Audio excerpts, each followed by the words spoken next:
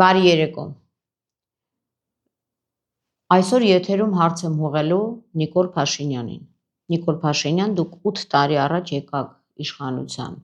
լոզունգներով, որ պայքարելու եք կոռուպցիայի դեմ, արմատախիլ եք անելու կոռուպցիան, հասկանալով, որ կոռուպցիան դա այն հիվանդությունն է, որը խարխլել է պետությունը եւ ժողովուրդը տենչում էր արդարության, արդարադատության։ Դա 8 տարի առաջ էր։ Հիշենք 2018 թվականի բոլոր ձեր տված խոստումները։ Եվ հիմնականում դա կոռուպցիոն համակարգը քանդելու խոստումն էր, որի համար ողջ ժողովուրդը հոգնած տարիներ տեղի ունեցող անարդարությունից ոտքի ելավ։ 21 թվականին, 3 տարի հետո, ձեզ հանձնվեց պողպատե մանդատ։ Նիկոլ Փաշինյանին ձեզ օրենքով շնորհվել է օրենքի գերակայությունը խորհրդանշող պողպատե շրջանակ սահմանադրության տեսքով։ Փորձեմ ցիտեմ, մանդատը սահմանադրության ձեն ունի, որտեղ խորհրդանշում է ոչ թե իշխանավորների դիկտատուրան, խնդրում եմ այս մասը նորից ոչ թե իշխանավորների դիկտատուրան,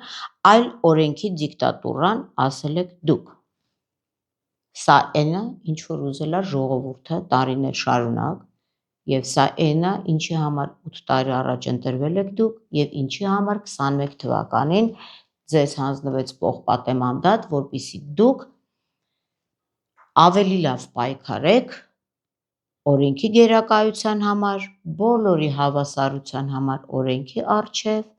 եւ կոռուպցիայի դեմ, որովհետեւ կոռուպցիան մխրճվել է եւ տնտեսության եւ մարդկանց գիտակցության եւ ամբողջ հասարակարգը քանդող ամենավտանգավոր հիվանդությունն է։ Մանդատում կային մուրճ, սուր, բահ, այն ամեն ինչը, ինչ անհրաժեշտ է ազատ երջանիկ եւ ուժեղ Հայաստան կառուցելու համար։ Սա եւս ձեր խոսքերն են։ Այդ մանդատը մենք կդնենք ժողովրդին անմնացորդ ծառայելու։ 18 թվականին մի ստվար բազմություն հավատացել էր այդ խոստումներին եւ 21 թվականին հասկանալով, որ եղավ կովիդ, պատերազմ եւ այլն, ժողովուրդը պատկերացրեց, որ արդեն պողպատե մանդատով, բահով, սրով հնարավոր է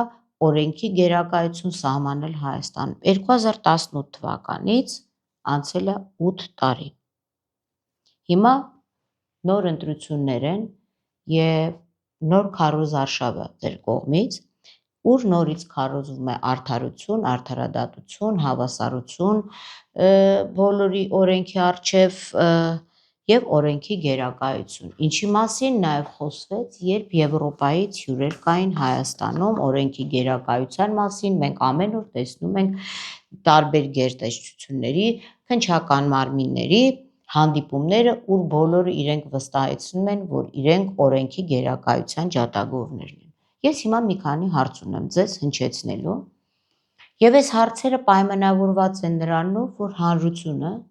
ում հետ մենք ունենք ամենօրյա շփում, ցանկանում է ունենալ այս հարցերի պատասխանը, որպեսզի կարողանա իր ընտրությունը ճիշտ կատարի եւ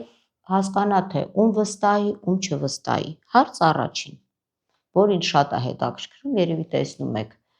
այս կողմում զետեղված անձին։ Քննչական կոմիտեն բնականաբար 8 տարիների ընթացքում ունեցել են քննչական կոմիտե եւ 18 թվին ենք ունեցել եւ 19-ին եւ 21-ից հետո եւ առ այսօր։ Քննչական կոմիտեի ղեկավարները փոփոխվում են, բայց սայլը տեղից չի շարժվում եւ որևէ քննչական կոմիտեի նախագահ չկրեց քրեական պատասխանատվություն եւ ընդհանրապես որևէ տիպի պատասխանատվություն հարկատուների միջոցները մսխելու եւ որևէ գործողություն չանելու։ Հիմա հարց է մեր բոլորի մոտ առաջացել եւ սա իմ անձնական հարցերը չեն, սա թե գրասենյակ եկող մարդկանց, թե հանդիպումների ընթացքում հնչած հարցեր են եւ մեր, այսպես ասած, պրակտիկայի եւ ամենօրյա շփման նախաքննական մարմինների հետ, հակակոռուպցիոն կոմիտեին կանդրադառնանք օրերս։ Հիմա խոսում ենք քննչական կոմիտեի մասին։ Հիմա պետք է հասկանալ եւ հարց եմ տալիս ձեզ ուղիղ, քննչական կոմիտեն ձեր արտաբերած լոզունգների դեմ սաբոտաժ է կազմակերպել այս 8 տարի, այսինքն աշխատում են այլ սկզբունքներով, այսինքն ձեր դիրքորոշման դեմ, թե կա որոշակի հրահանգ կամ որոշակի պայմանավորվածություններ։ Ես սա օդի մեջ չեմ ասում, որովհետև կան որոշակի անձեր, որոնք վեր են օրենքից եւ անձերի գերակայությունը, ոչ թե օրենքի գերակայություն։ Եթե կասեք ոչ, ես կասեմ այո, առ այսօր մենք չգիտենք կամ չենք տեսնում որևէ, երբ որ դուք ասում եք պայքար թալանի դեմ, մասնավորապես դեռ այն վաղ ներկաներն ու ապագաները չկային, նախկիններն էին, նախկին թալանչիների դեմ։ Խնդրում եմ մատնանշեք մեկ նախկին թալանչի, որը եթե չփախավ երկրից, մնաց երկրում կրեց քրեական պատասխանատվություն, տարիներ ձգձգվող քրեական գործեր։ Դուք հիշում եք նույն ձեր արտահայտությունը, որ կա դատավոր, որ ձեր ասածը չանի։ Եթե այդ արտահայտությունը համապատասխանում է իրականությանը, այսինքն թե դատարաններում, թե նախաքննական մարմիններում գործերը ձգձգվում են ձեր ասելով, ես ուզում եմ սրա պատասխանը ստանամ։ Իհարկե չեմ ուզում դրան հավատամ։ Որևէ մեկը պատասխանատվություն չկրեց։ Մենք հարցեր ունենք այս քննչական կոմիտեի նախագահին, որոնց ինքը բացարձակ չի ուզում պատասխանի, որոնք չհնչեցվեցին նաև ազգային ժողովում ձեր իշխանական падգամավորների կողմից, մենք ունենք որոշակի հարցեր։ Ինչու են ձգձգվում քրեական վարույթների նախաքննությունները, եւ եթե որևէ մեկը հիմա ասի, որ կան դրա համար օբյեկտիվ պատճառներ, եթե կա օբյեկտիվ պատճառ, դա անձնական հետաքրքրվածությունն է գործի ելքով։ Սա միակ օբյեկտիվ պատճառն է, այլ պատճառներ չկան։ Երկրորդ հարցը. ինչու են մեղադրյալները հեռանում երկրից, պարոն Փաշինյան։ Պարբերաբար ձեր իշխանական падգամավորները բարձր ամբիոնից նշում են վայ Հակոբյանը, վայ Հակոբյանը։ 23 թվականից իմ կողմից տրված հաղորդման հիման վրա արկա է քրեական վարույթ վայ Հակոբյան, Էլիզաբեթ Պետրոսյան, Պալասկով, Նարեկ Ամբարյան, այսինքն այն պղնձի մոլիբդենի գործարանը, որի մասին դուք շարունակաբար խոսել եք, ընդ որում այդտեղ Պոլոսկովի կինը, Վայեի կինը, Նարեկ Ամբարյանի կինը եւ Կոմիտաս Կարապետյան դա Արցախի փոխոստիկանապետն է, որին շուտ կանդրադառնամ, ստացել են 4 միլիարդից ավել գումար մի դրվագով։ Ինչու քննչական մարմինները, մասնավորապես Արտուր Պողոսյանը, իր օրոք Վայ Հակոբյանը կարողացավ հեռանալ։ Ինչու 23 թվականից որևէ նախաքննություն չկատարվեց, որևէ միջոցներ ձեռք չառնվեցին։ Սա նշանակում է, որ կա ընտրովի արդարադատություն, խտրական արդարադատություն, որովհետև ինչ որ մարդկանց վերաբերյալ, որոնք ավելի, ես չեմ գնահատողը մեղքը դատարանում, բայց արել են պակաս ծանրության հանցագործություններ, միանգամից հայտնվում են կալանավայրում կամ տնային կալանքներում։ Ինչն էր խանգարում, որպեսզի այս մարդկանց վերաբերյալ կատարվեր նախաքննություն։ Այդ հարցի պատասխանը կարող է տա Արտուր Պողոսյանը կամ այն կազմակերպությունը, որը կկարողանա հասկանա, թե Արտուր Պողոսյանը ինչ հետաքրքրվածություն է ունեցել եւ ով ճանապարհեց Վայ Հակոբյանին, պարոն Փաշինյան։ Բոլորին ճանապարհում են եւ ես եւ լավագույն ավանդույթները, որի դեմ դուք հայտարարեցիք պայքար 2018 թվականին եւ ժողովուրդը իրականում դրա համար ոտքի կանգնեց, որտեղ արդարության ծառավ էր, հավասարության ծառավ էր, հոգնել էին անհավասարությունից։ Փաստացի լավագույն ավանդույթները շարունակում են, պարոն Փաշինյան։ Հարց երկրորդ։ Մեր կազմակերպությունը 23 թվականից առ այսօր 6 հաղորդում է ներկայացրել հանցագործության մասին, որը վերաբերում է Արցախի ներդրումային հիմնադրամին եւ Արցախի ներդրումային հիմնադրամից թալանված գումարներին։ Ասեմ ձեզ, որ ընդամենը մեր ունեցած հստակ տվյալներով, այն ինչին մենք ենք տիրապետում, չլինելով քննչական կոմիտե, ես քննչական կոմիտեի նախագահ չեմ, 468 միլիոն դոլարի մասին է խոսքը գնում։ Հիմա այստեղ ինձ մոտ հարց է ծագում։ Արդյոք կա հրահանգ Արցախ բառը չարտաբերելու կամ կա հրահանգ քննչական կոմիտեին, որ այն բոլոր հանցագործությունները, որոնք վերաբերվում են Արցախին, չքննվեն։ Ես ուզում եմ հասկանամ, կա նման հրահանգ, թե չէ։ Ուզում եմ հավատամ, որ չէ։ Բայց այստեղ այլ բան եմ ուզում, նույնիսկ սա իրանց չի փրկի եւ սա պատասխան չի, որը կարելի է լսել, որովհետեւ այդ 468 միլիոն դոլարը դա Հայաստանի հարկատուների գումարներն է, այն հարկատուների,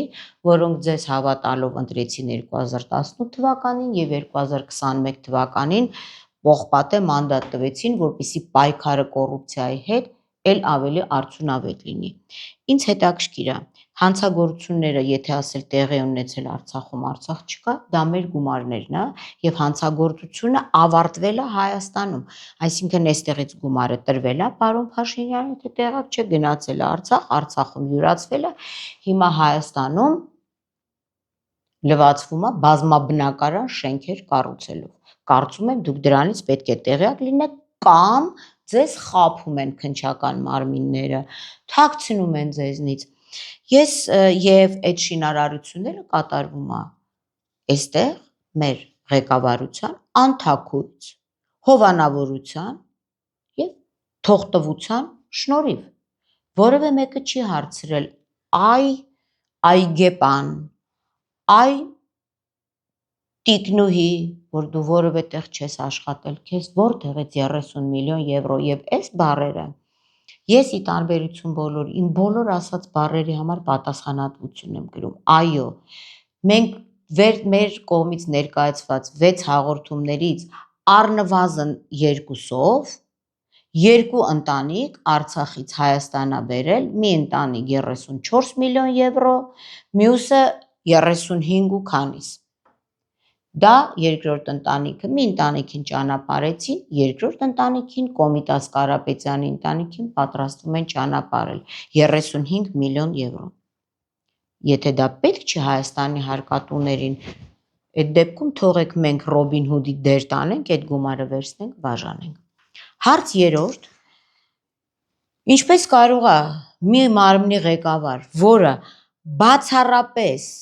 կոռուպցիոն գործերի նկատմամբ անտարբեր է իրենց նախաքննության, թոզ փչելու համար վարույթներ են նախաձեռնում, այսօր լինի կոռուպցիայի դեմ պայքարի խորհրդանիշ, մի պայքարի խորհրդանիշ Արտուր Պողոսյանն է, մյուս պայքարի խորհրդանիշը Արտուր Նահապետյանը, նրան մյուս շաբաթ կանդրադառնանք։ Եվ այստեղ հարց է ծագում, որը կոնկրետ ձեզ եմ տալիս, արդյոք սա խնդիրը քաղաքական կամքի բացակայության մեջ է, հետաքրքիր է։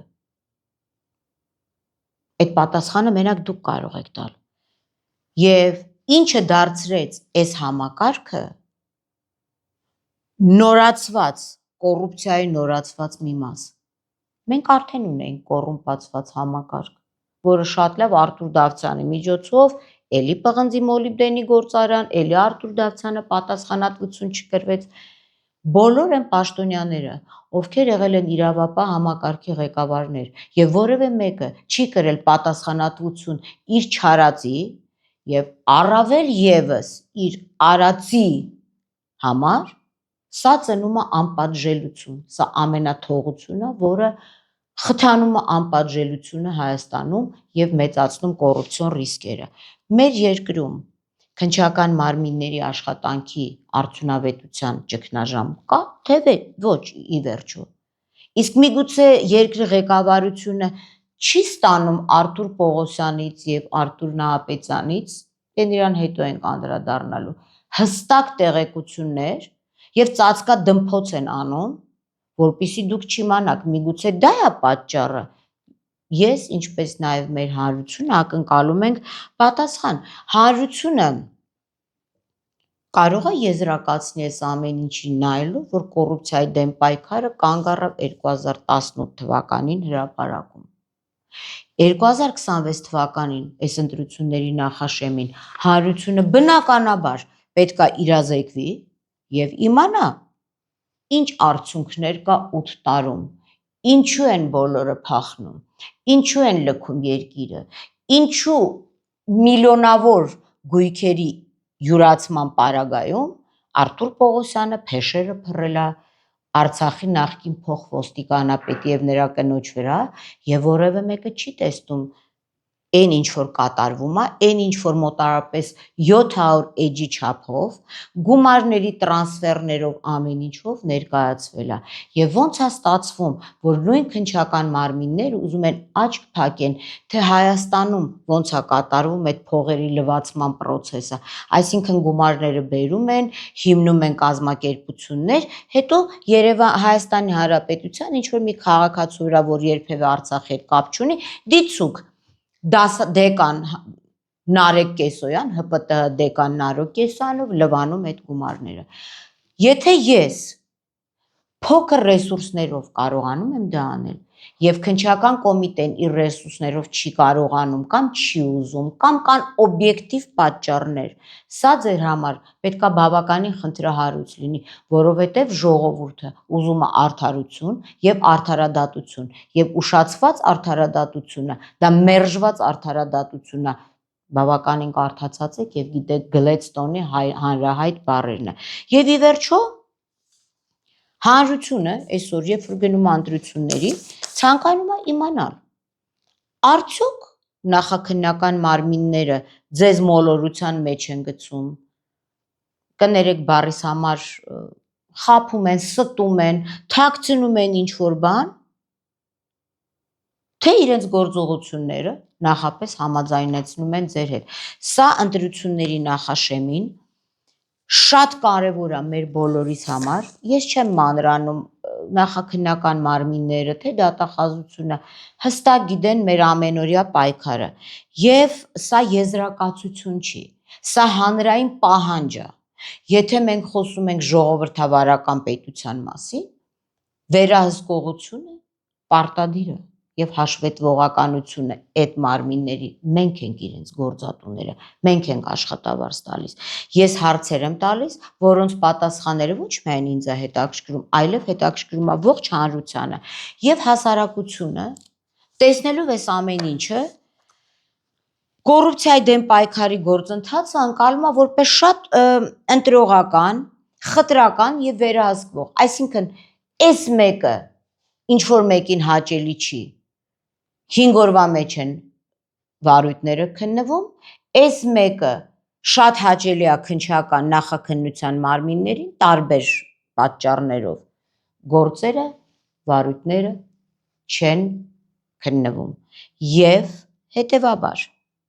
Հայաստանում կայանալիք ընտրություններից առաջ ես կարծում եմ, որ հանրությունը իրավունք պետք է ունենա հասկանալու, թե ինչ է կատարվում կոռուպցիայի դեմ պայքարում,